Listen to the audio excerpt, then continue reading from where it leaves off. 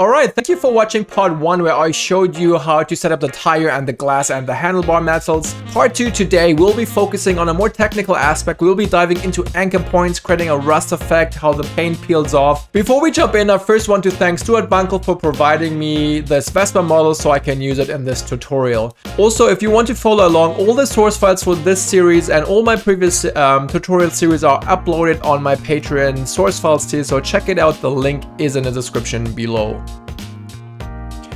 Alright, so now let's get going with the car paint. It will be a little bit more technical than the previous ones because we will be using a bit more anchor points and a bit more different techniques. So let's hit Alt Q to isolate our paint, and let's get going by creating a new fill layer, which will be our metal base. So we want to have some kind of dark material, something like that. Make sure metallic is up to 1 and reduce the roughness a little bit. On top of that, we want to create a new fill, which will be essentially driving the roughness. So just make sure it's affecting roughness like that. Make it a little bit rougher, and then let's just say metal rough. We want to create a black mask for that. So what we want to do now is create a fill on this mask layer like that. And this fill will get some kind of grunge map to just break up the shapes. So I'm just looking for my little maps here, and I do have a few breakup maps, so let's try maybe this one. And this is maybe not as strong as intended, but it should do its purpose. Let's see the mask. This is what it looks like. We do want to obviously change the frequency by going into scale. It's a bit too obvious, so let's switch to triplanar projection and break it up a little bit like that. And let's see what this looks like. You can see we have these smudges, which is nice, but on top of that we want probably a bit more contrasty map. So I'm going to Johnny Fair's 8K grunge maps, which have a very high contrast, which is amazing. We're just looking for something which kind of would work. Maybe let's try something on the top here. So in the mask slot, I'm creating another fill like so, and I'm just dropping this in my grayscale. And if I visualize the mask, we want to probably overlay this. First, maybe changing the scale again to make it a little bit smaller. Let's try again triplanar, which gives us a nicer result. And then we will be applying it as let's say overlay. Let's see what that brings us. Okay, it's actually not too bad. Let's see what the material looks like. And this is now nicely broken up, and we can also tweak the roughness by just going into the material itself and really breaking it up. So this is a nice starting point already. And what I also like to do in my metal itself, I like to create a filter, and in that filter I want to add this metal finish rough. I think it always gives a nice touch to it, and it has like this metallic feeling. I really enjoy that. I'm just changing the scale of those maps and the scale of the grunge to make it a little bit more high frequency. Something like that I think works quite well for our base starting point. And again, if it's not rough enough, you can just adjust your sliders and get a really good result. Also, we can also add a levels and adjust this even more, so we get a really dented look. And I think this is pretty good for our base. So let's just collapse these two layers here like so.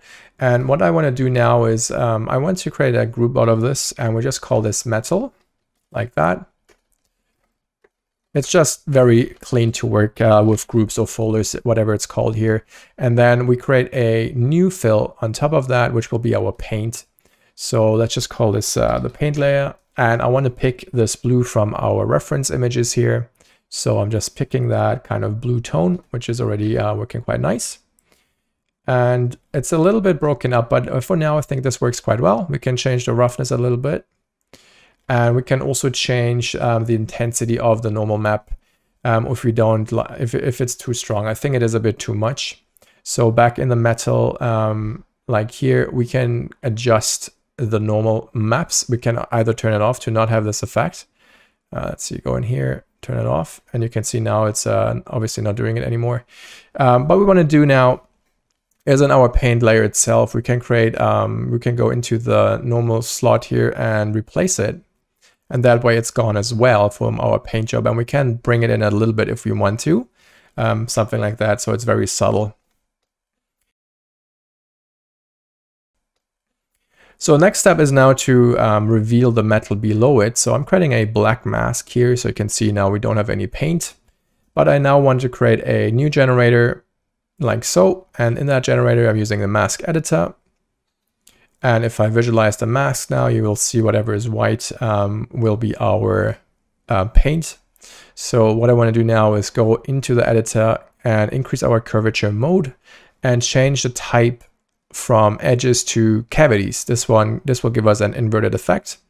And now you can see we do have the paint in this cavity. So what we want to do now is we want to flip it. So we do a global invert, and now we have our metal poking through these cavities here. So obviously now we need to adjust our map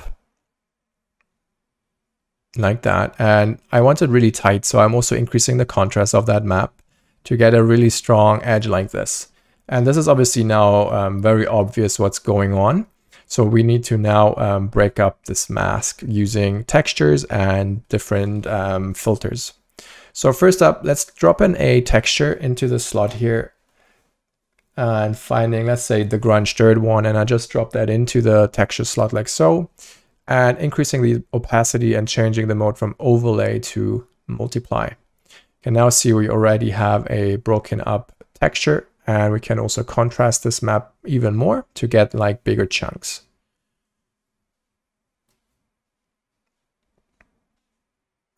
And this is already working quite well. I think we still need to adjust our curvature itself so it's not all over the place, maybe something like that.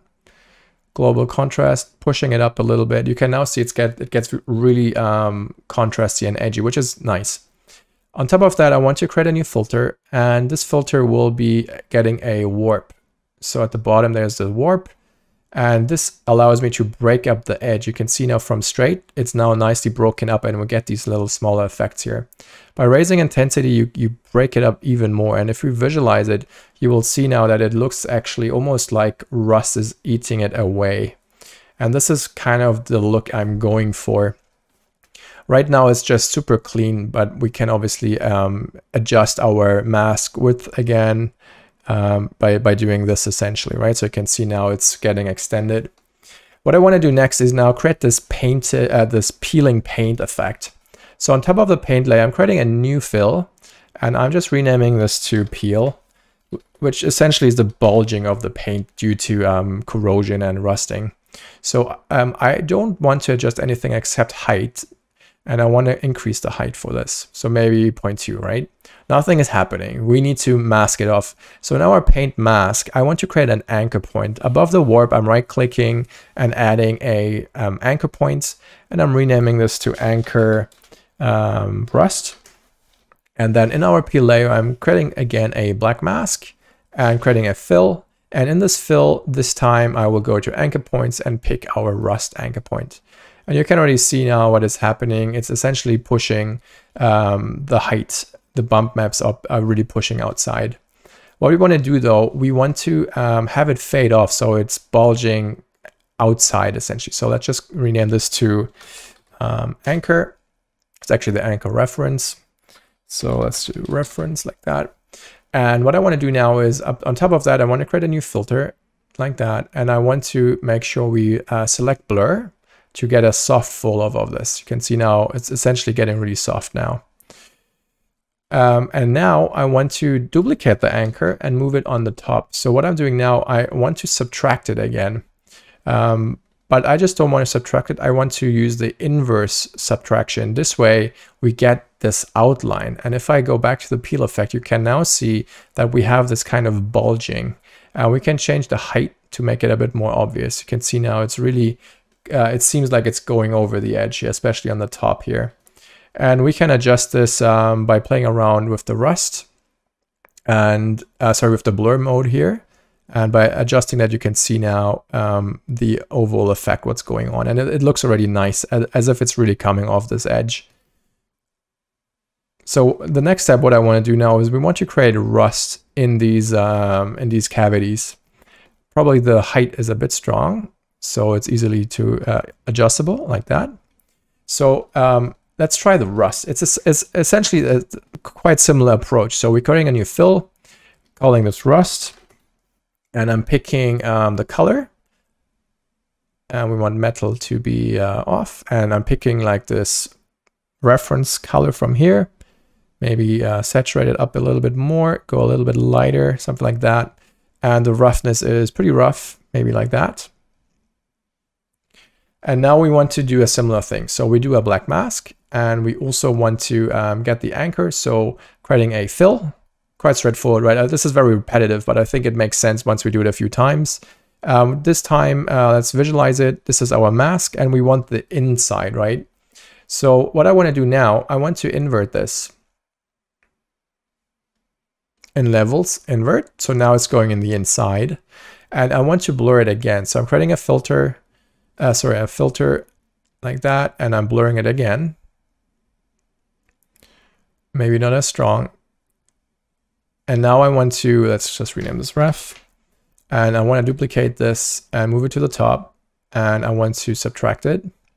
And now you can see, because I inverted the base, we now get this inside area. And again, with the blur, you can adjust it. So now it's really just very close. We still see the metal essentially. I still want to add a levels above the ref to have more control to contrast the map even further. Maybe like that.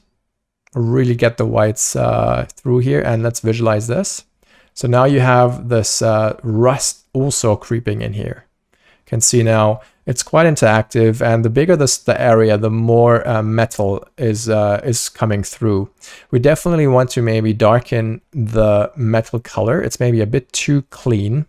So I'm just going a little bit darker on this, and you can see now what is happening. It's an overall quite nice effect. Maybe this when I went a bit too far on the value here.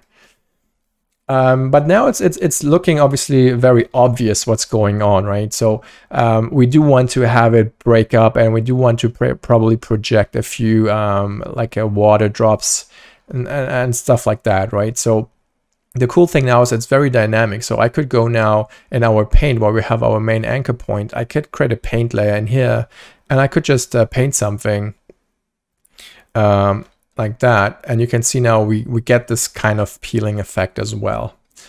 And if I have a smaller brush size, you will see that we actually get a pretty cool convincing effect here, like with the paint peeling over.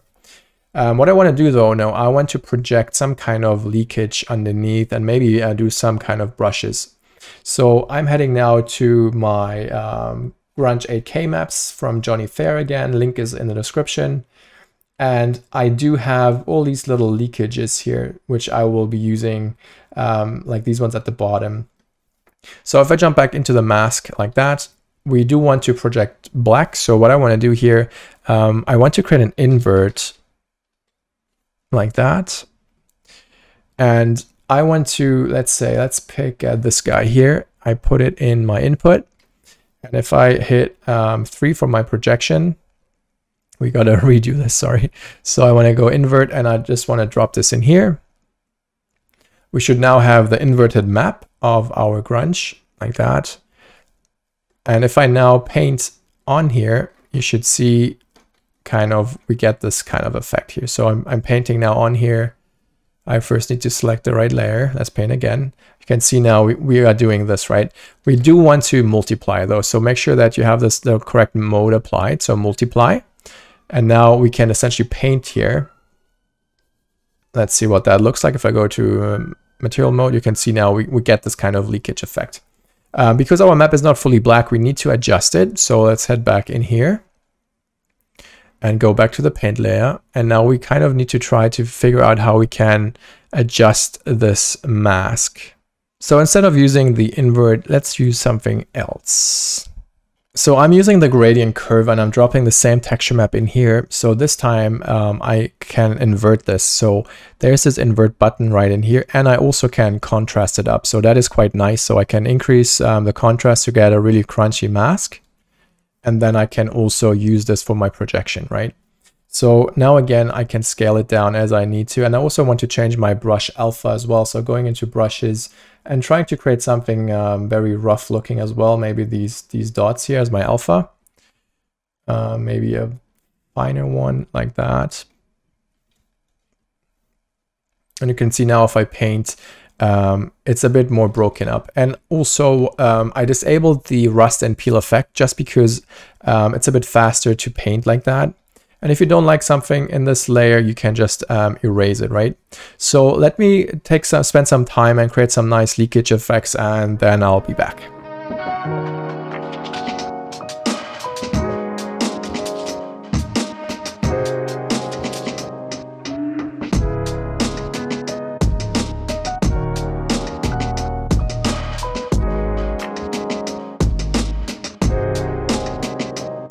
Okay, I'm also thinking of adding a little bit of more height to our metallic base. So I'm just creating a new height, and I'm just calling this height like that.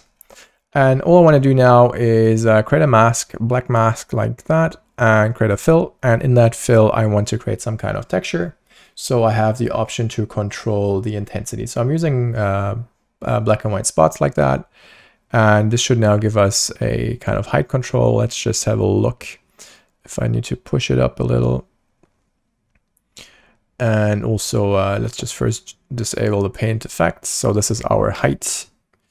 And I just want to change the scale and the noise parameters, make this nice and small, break it up a little, and also then go into the height again and just reduce the intensity. So it's just very subtle in here. And let's have a look now with the paint on top. This is how it looks. So let's just reduce this a little bit more just to get a little bit of this effect going.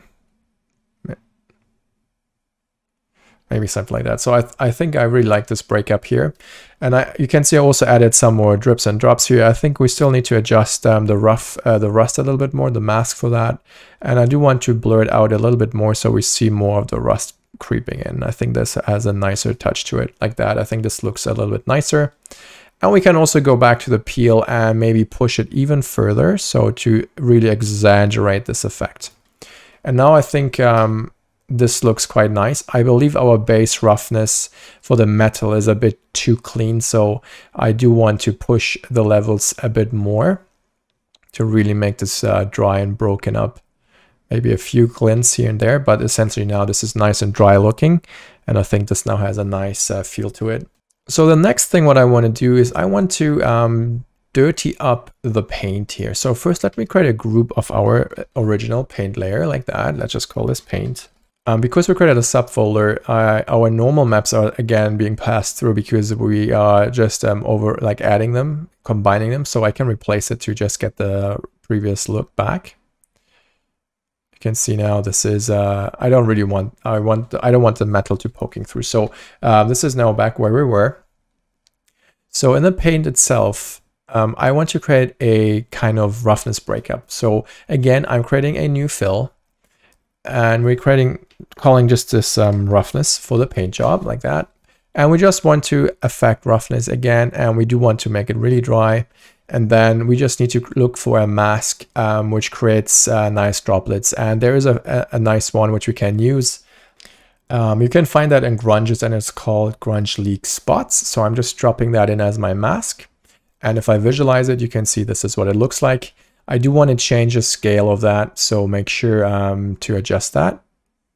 Maybe try triplanar again. It works better because it aligns things vertically like that. And you can see now we get this nice kind of droplets, and this is a quite nice effect. So I just need to contrast it up a little.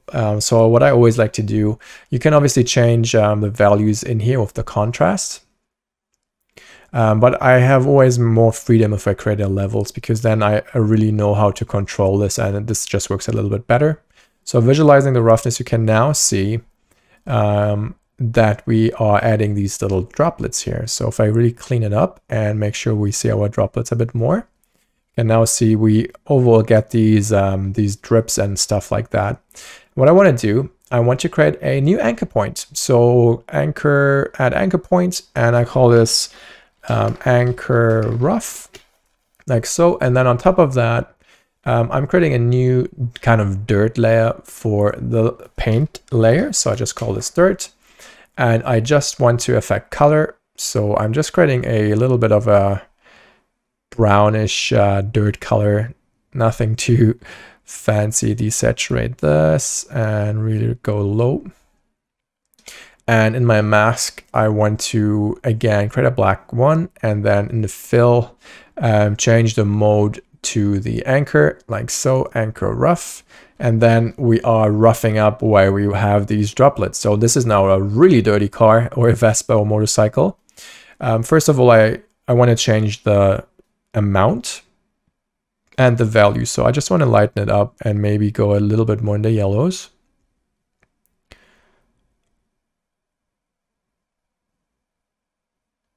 Like that. And then also I want to change the mask itself, like the intensity. So I'm creating a levels on top here, and then I can just change the amount. So I can essentially paint it off or just have it in very little. And now we have this nicely, really used looking motorcycle. Next up, what I want to do, on top of the paint, I like to create some kind of sticker effect. So above the rust, I want to create a paint layer, and I want to rename this to sticker.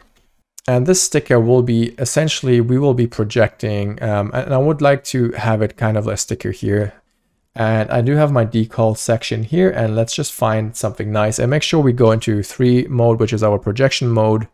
And then we just drop in our sticker pack, which looks like that. So we can move it where we want it to be. Maybe place it somewhere around this area here. Maybe rotate it a little bit to break up the symmetry. And then all I want to do is now just paint it in here. And if I check my base color map, this is now really painting over, and it just works well because it just fits on this pretty nicely. Now it's painted all over the place, and right now we're just creating the color. So I want to now create a black mask again, so it kind of disappears. But then in here, I want to create another paint. And in this paint layer, I want to use the alpha sticker pack, which is, I also have base color and stickers. So again, I'm hitting 3 for projection, and then I'm dropping our alpha stickers in here. I did not rotate the viewport and I didn't scale anything. So I have exactly what I need. Let's just invert this again. And now I can just change my brush to our regular basic hard brush and just paint this back in. So now I'm revealing where the sticker is essentially, right? And the good thing is that we do have a clean mat for this. And this is what we need to create some kind of dynamic anchor points as well. So we do have this, and we still don't have any roughness for this, right? So if I go to material now, it should be the same reflection as it was. So I want to kind of have it a little bit cleaner because it should essentially sit on top. So in our roughness slot here, we would essentially need to paint the roughness now because I don't have a fill, but it's not a big deal. I can just paint the roughness. Let's just do this and make sure it's nice and reflective. And now we did paint this. And what we can do now, we can essentially lift the whole sticker pack up. So I'm just creating a new fill, and I'm calling this sticker height. And then I'm just, again, selecting the height. I don't want anything else. And I'm creating a black mask, and I'm creating a fill. So you can see it's quite repetitive, the same kind of approach. And then I'm just making sure I'm creating an anchor point where I painted the projection. So create add anchor like that. And then we just call it anchor sticker like that. And then we reference this in this one here. And then we should be able to just push up the sticker. And you can see now this works quite well. We are now giving the sticker a little bit of a height, so it's not just flat on the surface. So next up, what is important is to really add some kind of dripping and dust effect. So we do a similar thing as we did on the text on the wheel. So what I'm doing next is creating a new fill, which will be our dust pass. And we're using anchor points and blur to get a nice dust around this sticker. So potentially what we can do, we could essentially reuse the dirt as something, but I think it's good to add another dust effect just for this. So going to dust, and then let's go make it yellow. This would be our dust. And we create a black mask, and we do a fill. And we bring in our sticker anchor like that. And we dive in here. We create a blur on top, filter, blur. And we extend this, and we duplicate our anchor mask, move it on the top, and we want to subtract that. and we get the outline. If I go back here now, you kind of see that we have something. We probably need to adjust the blur somewhat. You can see it's barely visible. So what I always then do, as you know, I create a levels and I really push our values to get this nice outline around it. And now you can see that we are getting this kind of dust around it.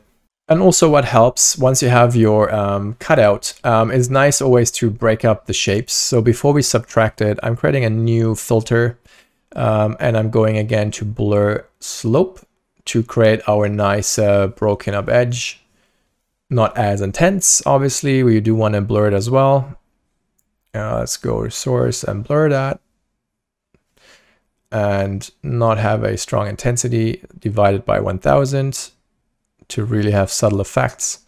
And maybe increase the tiling.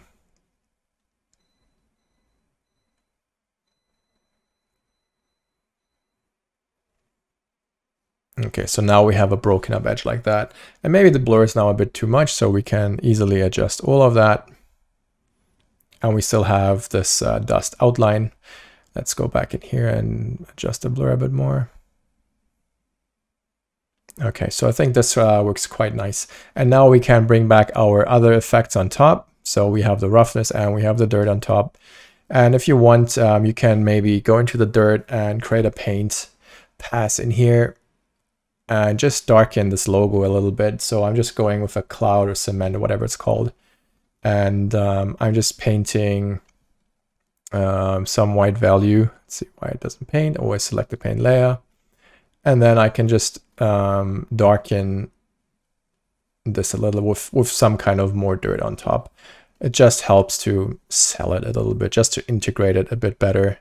So this is now what it looks like. So what I want to do next is I want to instantiate this texture set on a few layers. So obviously this has this whole effect here. So I'm just grouping everything and I'm just calling this paint and I want to collapse that. So it's now nice and clean. So what I can do now is I can instantiate all of this. I will be grouping this again because then I have a bit more control over everything. So I could just copy this. Just regular copy this layer, and then I can Control Alt click, right click on this texture set, and I can hit Control Shift and V to paste it as a texture, as an instance. You can see now it's loading up and it's adding it to this front object as well.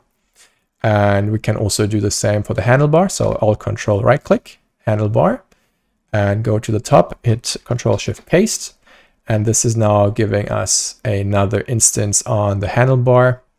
And this is now why I did it with this. So you can see now it's affecting everything. So I want to create a black mask here. So add a black mask. And then I want to create a paint. And in here, I want to do selection. So I'm hitting 4, which is my polygon fill. And I can select object mode and select this. And now the handlebar is selected. And you can see how it's working. Let's select this piece as well. And I think that is all the pieces which has this kind of material on it. So this is how I set that up. Alright, so I hope this was not too technical, and I hope you understand that most of these tasks are quite repetitive, especially with the masking, always creating a black mask, then a fill layer, and then referencing those anchor points. But once you get it, it's quite straightforward to use, and I hope you enjoyed part 2 where I was showing you how to create this more complex layer network of this paint material.